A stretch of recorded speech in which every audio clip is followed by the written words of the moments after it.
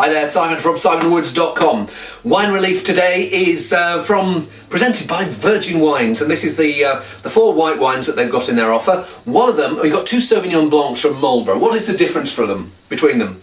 One of them's got bubbles in. There aren't all that many sparkling Sauvignons in New Zealand. Well, actually, in the world. I'm struggling to think of very many at all. But this is one of them, and it's called Kicky. I'm sure it means something in Maori, but when I see that wine, I think of Hector's house and Kicky Frog. Will it be a wine that's leaping out of the glass to get me? Well, I was a little disturbed when I saw Sauvignon sparkling, because Sauvignon's an aromatic variety, and when you put bubbles in aromatic wines, sometimes you get almost like too much of a good thing, and they can be a bit overwhelming. But this one smells like it's got quite rich flavours. It feels like they've ripened the Sauvignon quite a lot and got it beyond that grassy side, and a more tropical, peachy edge is emerging. It doesn't feel like it's going to be an incredibly complex wine, but it feels like it's going to be a rich, quite satisfying wine. Intriguing. Take champagne out of your mind. It's nothing to do with champagne. Maybe if it does have anything in common, it's got this slightly bready, leesy, yeasty richness. But yeah, you're left with the impressions of quite a rich but fresh wine, and I'm drinking it at not too cool a temperature, and even at this level the flavours are not over the top. There's this nice richness and a bit of that slightly grassy floral character, but not too much of it. It's not overwhelming you. It's really rather nice and very unusual. Yeah, I like that. Let's see what Marlborough Sauvignon's like without bubbles. This is 3 Trees. And you know what 3 Trees are. 3 Trees are 9. But it's a vintage younger, so this is 2010. Stick my nose in there, I get gooseberry pie.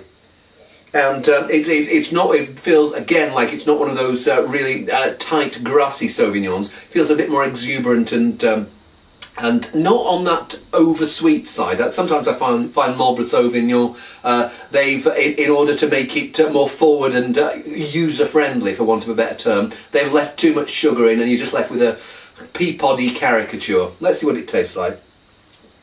Yeah, it's more on that plum apricot ripe citrus spectrum rather than an overt gooseberry green grassy style.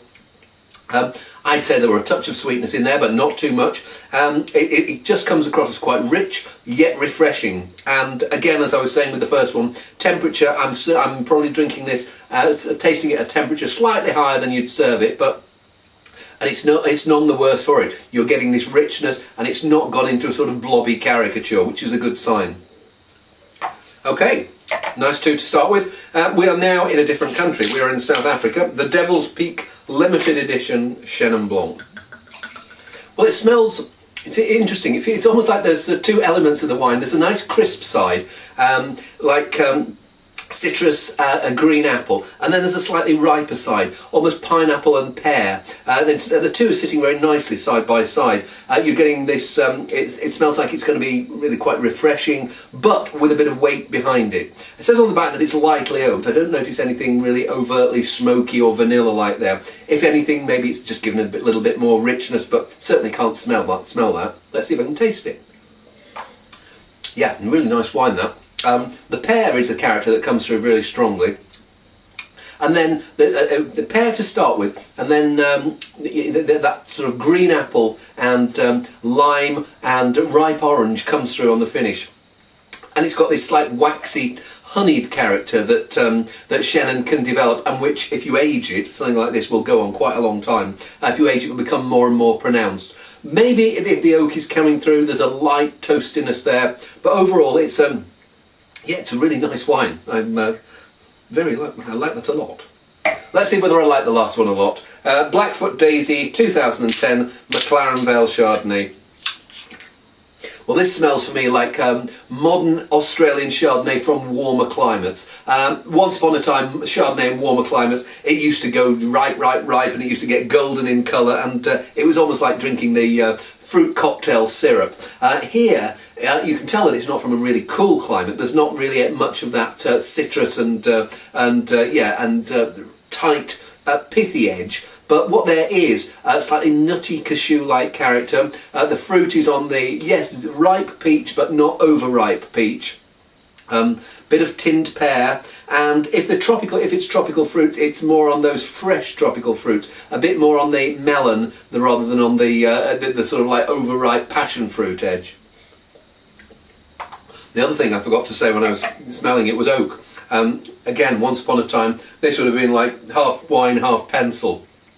Today, I've got a feeling that this has been in oak, but I don't think all of it has been in oak, and the oak it's been in is not new. So the oak is contributing a slight smoky vanilla sheen to it, but it really is in the background rather than sort of standing up and wanting to stage dive at the front of the wine.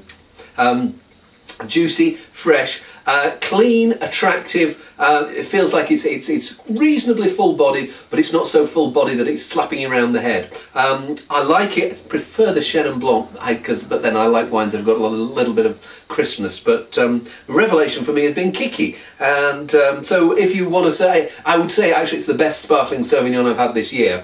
I would also say it's the worst sparkling Sauvignon because it's the only sparkling Sauvignon I've had this year, but you want something unusual and you want to raise money for wine relief, then yeah, grab a few bottles of that, and while you're doing it, grab a few of the others as well. See you soon.